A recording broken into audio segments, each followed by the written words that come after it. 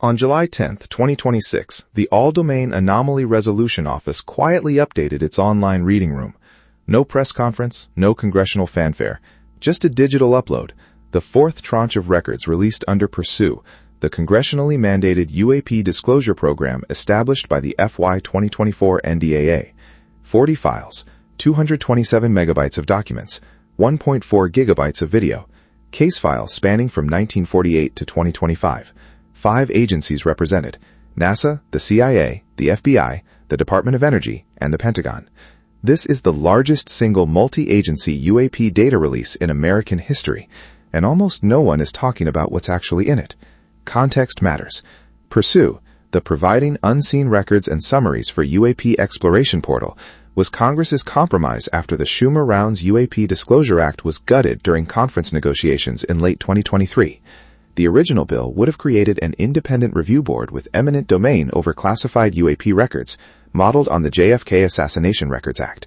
What survived was a mandate for AARO to collect and review records from across the intelligence community and make declassified versions publicly available. The mechanism is weaker than what reformers wanted.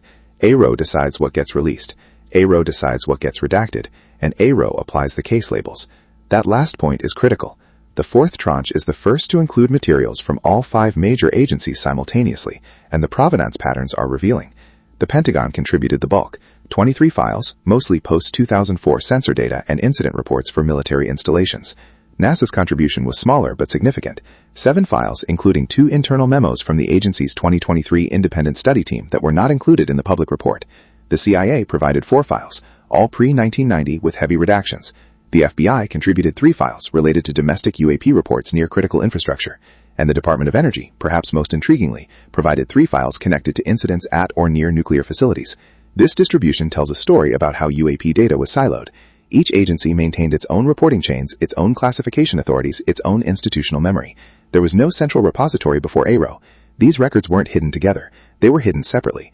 The oldest files in this tranche date to 1948, the year the Air Force launched Project Sign, its first formal UFO investigation. 2 CIA-originated documents from this period reference aerial phenomena observed near what are described only as sensitive installations, with location data fully redacted. What's notable is that these documents exist in CIA holdings at all. Project Sign was an Air Force program. The CIA's involvement in early UFO investigations has been acknowledged in general terms through previous FOIA releases, but these specific documents suggest a parallel tracking effort that predates the Robertson Panel of 1953 by 5 years. If authenticated fully, they represent some of the earliest evidence of multi-agency UAP awareness in the U.S. government. The Department of Energy files deserve particular scrutiny. 3 documents spanning 1978 to 2019 describe aerial incursions near facilities under DOE jurisdiction. The details are sparse, coordinates redacted, sensor specifications redacted, but the administrative trail is visible. Internal routing codes suggest these reports moved through DOE's Office of Counterintelligence before being archived. This matters because DOE counterintelligence operates under different classification authorities than the Department of Defense. Their involvement implies these incidents were treated not merely as aviation safety concerns, but as potential national security threats. The distinction between unidentified aircraft and anomalous phenomenon appears in the routing language itself, and DOE used the latter. 1.4 gigabytes of video across 9 files. 3 are infrared captures from military platforms, similar in character to the now famous Gimbal and Go Fast videos, but from different incidents. 4 are ground-based recordings from fixed installation security systems. 2 are described only as multi-sensor composites, meaning someone combined data from multiple collection platforms into a single visual product. That last category is significant. Multi-sensor composites require analytical effort. Someone at some point decided these incidents warranted the resources to fuse data from separate systems into a unified picture. These weren't passive captures filed and forgotten. They were studied. AARO applies 3 broad case dispositions: resolved and identified, resolved with insufficient data, and unresolved. Of the 40 files in this tranche, 11 carry the unresolved label. This word does enormous legal and institutional work. Unresolved does not mean extraterrestrial. It does not mean anomalous in the exotic sense. It means that after review, AARO's analysts could not match the observed characteristics to any known aircraft, drone, atmospheric phenomenon, or sensor artifact in their reference databases. But here is the gap that matters. AARO's position, restated in its 2024 and 2025 reports to Congress, is that it has found no verifiable evidence of extraterrestrial or non-human origin technology. That conclusion and the Unresolved label coexist without contradiction in AARO's framework because absence of identification is not presence of identification. Something can be unexplained without being alien. The question congressional oversight figures like Senators Gillibrand and Rubio have pressed is whether AARO's reference databases are complete. If the comparison set is incomplete, if legacy programs or retrieved materials exist outside AARO's access, then Unresolved becomes a statement about the limits of the investigation, not the nature of the phenomenon. Step back and consider the structural picture.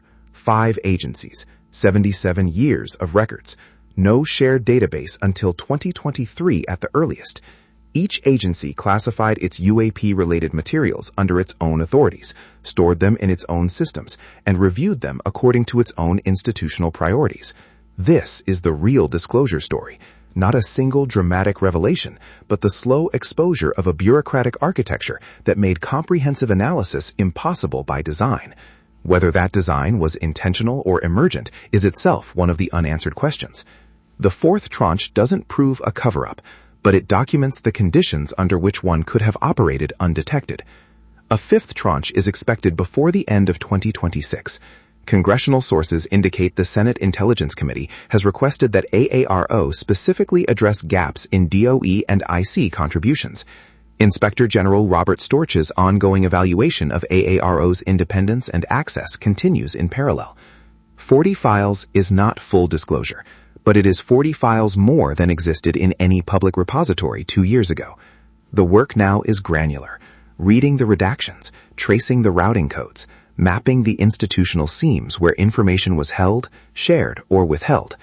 The answers, if they exist in documentary form, are in the architecture, not in any single file, but in the pattern of what was kept, by whom, and why.